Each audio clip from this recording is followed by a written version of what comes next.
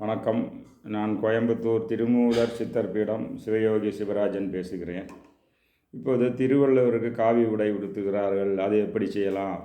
அவர் வெள்ளை ட்ரெஸ் தானே போட்டிருக்கிறாரு, இதெல்லாம் ஒரு சர்ச்சை. அதனால் அவர் காவி போட்டால் அவர் என்ன சாமியாரா? அவர் அதெல்லாம் கிடையாது. இந்த மாதிரி உள்ள சர்ச்சை ஓடிட்டுருக்கு. அதில் சில அரசியல் தலைவர்கள் திருவள்ளுவருக்கு ஆதரவாகவும் திருவள்ளுவர் எதிராகவும், திருவள்ளுவர் சாமியார் தான், சித்தர் தான், இன்னும் சில அப்படி செய்யக்கூடாதுன்னு. உண்மையிலே திருவள்ளுவர் சிவ சித்தர். திருவள்ளுவர் உண்மையிலே சிவ சித்தர்.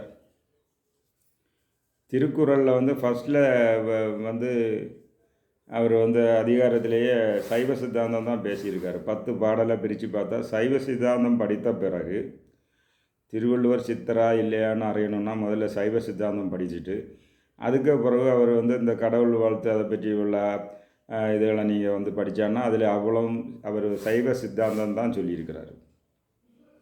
அகர முதல எழுத்தெல்லாம் ஆதி பகவான் முதற்றே உலகு. அதிலேயே இருக்கிற ஆதின்னு சொன்னால் பராசக்தி. பகவன்னா அந்த ஆதியை பாதியாக உடம்பில் கொண்ட இறைவன் பகவன். பாதி உடல், அதாவது பகவதிங்கிறோம். பகவதினா பாதி சிவனுடைய உடலை பாதியாக கொண்ட பகவதி. பாதி பராசக்தியின் உடலை இடது பாகத்தில் கொண்டவர் பகவான். ஆதி பகவான் முதற்றே உலகு. ஆதி, அதாவது சைவ சித்தாந்தத்தில் சிவனில் தான் எல்லாம் தொடங்குறது.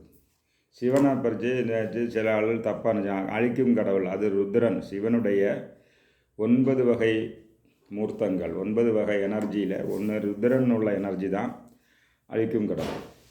ஆனால் சிவன் மொத்தத்தில் உள்ள எனர்ஜி.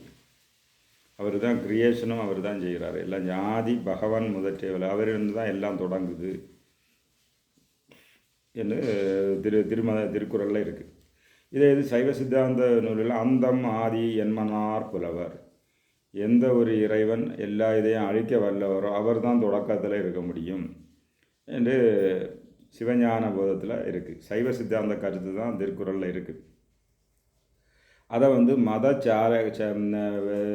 சாயம் பூசாமல் அவர் தேர்ட் பார்ட்டி லெவலில் அவர் சொல்லியிருக்கிறார். ஏனென்றால் அந்த நூல் அரங்கேற்றப்பட்ட காலத்தில் ஜைன மதம் இருந்தது. அப்போ ஜைன மதம் புத்திஸ்ட் ஜைன மதத்துடைய இன்ஃப்ளூயன்ஸ் இருந்ததுனால அதை அரங்கேற்றிருக்கு அவங்க ஒத்துக்க மாட்டாங்கன்னு அந்த வேர்டுகளை மாடிஃபை பண்ணி பிறகு அவர் முடியாதுன்னு தான் சொன்னாங்க. அரங்கேற்ற முடியாதுன்னு சொன்ன பிறகு பொன் தாமரையில் வச்சு ட்ரையல் பண்ணப்போ அது நூல் சிவனால் ஏற்கப்பட்டது. அதே புரிஞ்சு போச்சே. பின்ன அவர் சித்தரானால தானே அந்த நூல் அந்த டெஸ்ட்டில் ஜெயிச்சுது.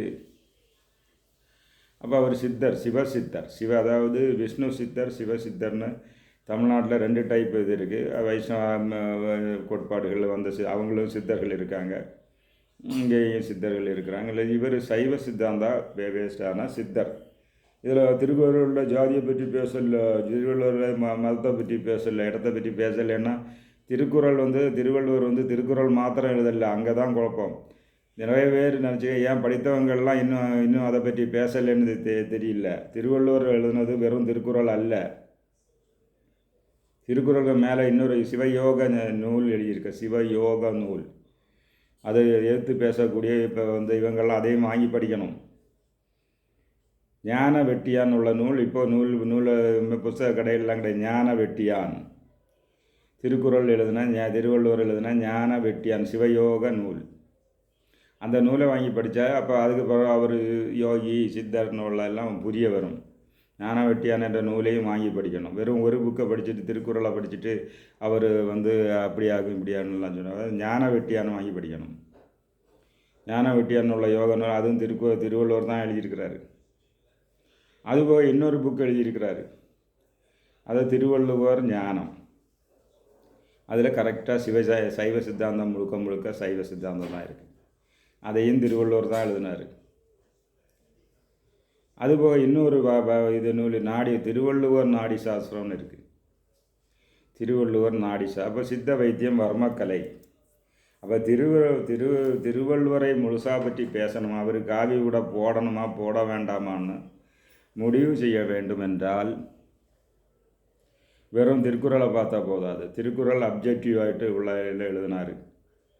அங்கேயும் சைவ சித்தாந்தம் இருக்குது, சித்த மருத்துவமும் இருக்குது. ஏன்னா அங்கே உள்ள சைவ சித்தர்கள் எல்லாம் சித்த மருத்துவமும் பேசியிருக்கிறார்கள். 10 பாடல்கள் இருக்குது.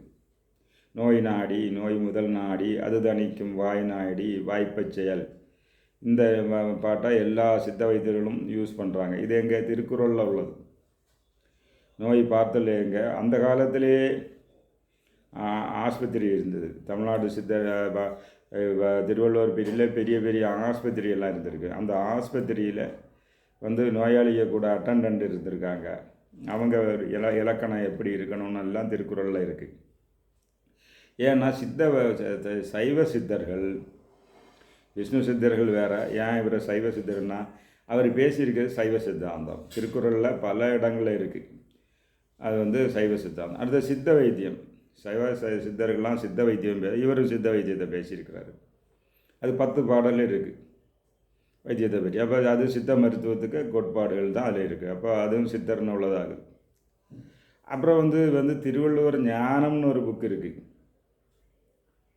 ஞானம், திருவள்ளுவர் ஞானம்னு உள்ள ஒரு புக் இருக்குது. அந்த இதில் சைவ சித்தாந்தம் கிளியராக பேசுகிறாரு. அப்போ அவர் சைவ சித்தர்னு உள்ள இன்னும் உறுதியாச்சு.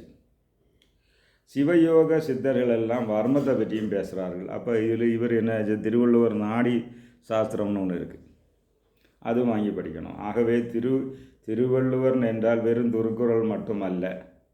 திருக்குறளை நீங்கள் நல்ல படித்த சைவ சித்தாந்தம் இருக்குது, சித்த மருத்துவம் இருக்குது. அதுபோக தனியாக எழுதின யோக நூல் ஞான வெட்டியான். அந்த ஞான வெட்டியான் உள்ள நூல் படித்தா அவர் சிவயோக சிந்தனைகள், அது திருமந்திரத்தில் என்ன சிவயோக சிந்தனைகள் இருக்குதோ அதே கருத்துக்களை ரிப்பீட் ஆகுது. அப்போ அந்த நூலையும் திருவள்ளுவர் தான் எழுதியிருக்கிறாரு. அப்போ இவர் அந்த திருவள்ளுவர் வேறு, இந்த திருவள்ளுவர் வேறுன்னு வேணால் கூட சொல்லலாம். ஏன்னா இப்படிப்பட்டவங்க. அப்போ அவருக்கு பேரில் தான் இருக்குது திருவள்ளுவர்